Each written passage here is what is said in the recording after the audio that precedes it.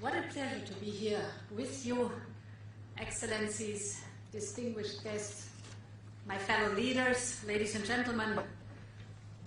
When we talk about climate action, we look at two different horizons.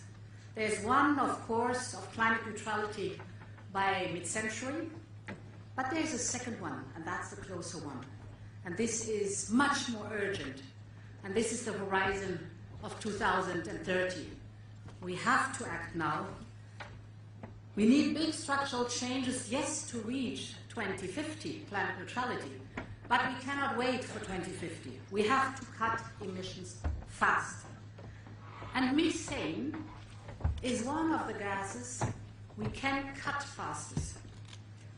Doing that will immediately slow down climate change, because we all know methane is a powerful greenhouse gas. Roughly 30% of global warming since the Industrial Revolution is due to methane emissions. Methane is 80 times more global warming than CO2. And today, global methane emissions grow faster than at any time in the past. So cutting back on methane emissions is one of the most effective things we can do to reduce near-term global warming and keep 1.5 degrees Celsius. It is the lowest hanging fruit. On September 17th, when you, President Biden, dear Joe, hosted us for the Major Economies Forum, the European Union and the United States announced the Global Methane Pledge. Since then, our climate envoys, John Kerry and Franz Timmermans, have worked intensively, tirelessly to gather support. And today, just over 6 weeks later, we are officially launching our methane pledge. And we're proud and happy and grateful that over 80 countries have signed up. This is fantastic. Thanks to you. Together, these over 80 countries commit to reduce global methane emissions by at least 30% by 2030 from 2020 levels on. Methane emissions come from various sources. We all know oil, gas, coal, agriculture, and landfillings. These sectors have different potential for short-term action. The greatest potential for cuts is, without any doubt, in the energy sector. And this is why next month, us, the European Commission, we will propose to regulate methane emissions. We will introduce rules to measure, to report, to verify methane emissions, rules to put limits on venting and flaring, and rules to detect leaks and repair them. And of course, our common agriculture policy is also increasing its focus on tackling methane emissions. Distinguished guests, ladies and gentlemen, fellow leaders, the Global Methane Pledge makes cutting on methane emissions a collective undertaking.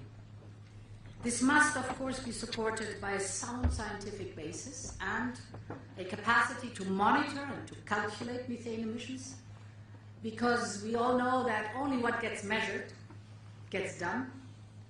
So that's why the European Commission supports the setup of an independent international methane emissions observatory through the UN Environment Programme.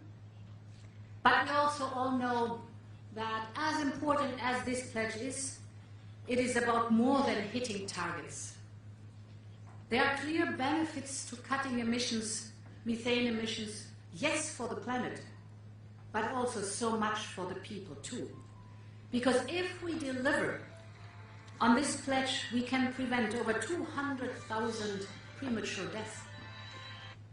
We can prevent hundreds of thousands of asthma-related emergency room visits and over 20 million tons of crop losses a year by reducing ground-level ozone pollution.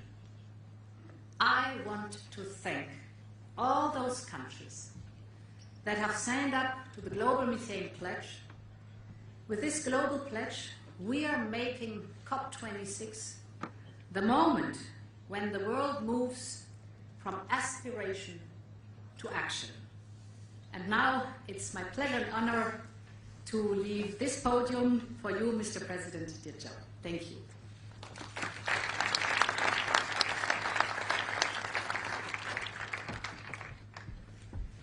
It's very easy to follow Ursula. She says it all well the first time. Look, I'm going to be very, very brief. I want to thank Ursula. Thank you so much to everyone here today, for signing this game-changing commitment. One of the most important things we can do, and I keep referring, as many of you do, to this decisive decade. We've got to figure what we're going to do. It's not just between now and 2050. What we're going to do between now and 2030 is going to impact significantly on whether we'll be able to meet our longer-term commitment.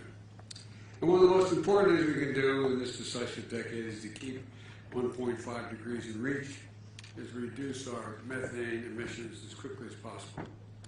As has already been stated, it's one of the most potent greenhouse gases there is. It amounts to about half the warming we're experiencing today, just methane exposure. So together, we're committing to collectively reduce our methane by 30% by 2030, and I think we could probably go beyond that. We just announced this package at the General Assembly back in September. At the time, as mentioned, 9 countries had signed on. Today, it's over 80, it's approaching 100 countries that are signing on. That's nearly half the global methane emissions, or 70% of the global GDP. And it's going to make a huge difference. And not just when it comes to fighting climate change, as Ursula pointed out, the physical health of individuals and a whole range of other things. It's going to improve health, reduce asthma, respiratory-related emergencies. It's going to improve the food supply as well by cutting crop losses and related ground-level pollution. And it's going to boost our economies, saving companies money, reducing methane leaks, capturing methane, turning it into new revenue streams, as well as creating good-paying union jobs for our workers. And we're talking about jobs to manufacture new technologies for methane detection, jobs for union pipe fitters and welders to go out and cap abandoned oil wells and plug leaking pipelines, which there's thousands of miles of those. And it has been a foundational commitment of my administration from the beginning. It's something that I campaigned on, and today I'm announcing the next steps to reduce U.S. methane emissions. We're proposing 2 new rules. One through our Environmental Protection Agency that's going to reduce methane losses from new and existing oil and gas pipelines. And one through the Department of Transportation to reduce wasteful and potential dangerous leaks from natural gas pipelines. They have authority over that area. We're also launching a new initiative to work with our farmers and our ranchers to introduce climate-smart agricultural practices and reduce methane on farms, which is a significant source as well. And this is all part of our new methane strategy, which focuses on reducing the largest source of methane emissions while putting thousands of skilled workers on the job all across the United States, and I expect in your countries as well. So let me close again by reiterating, this isn't just something we have to do to protect the environment in the future. It's an enormous opportunity for all of us, all of our nations, to create jobs and make meeting climate goals a core part of our global economic recovery as well. The United States is eager to work with each of you to make sure we meet this goal and encourage more countries to join us in committing to reducing methane globally, because there's more that can join and should. So I want to thank you again. Much more to say, but much of it's already been said. But thank you for your partnership. Thank you for your ambition. And now I'm going to turn it back to Secretary Kerry. I believe he's still here. There he is. And I thank you all so very much.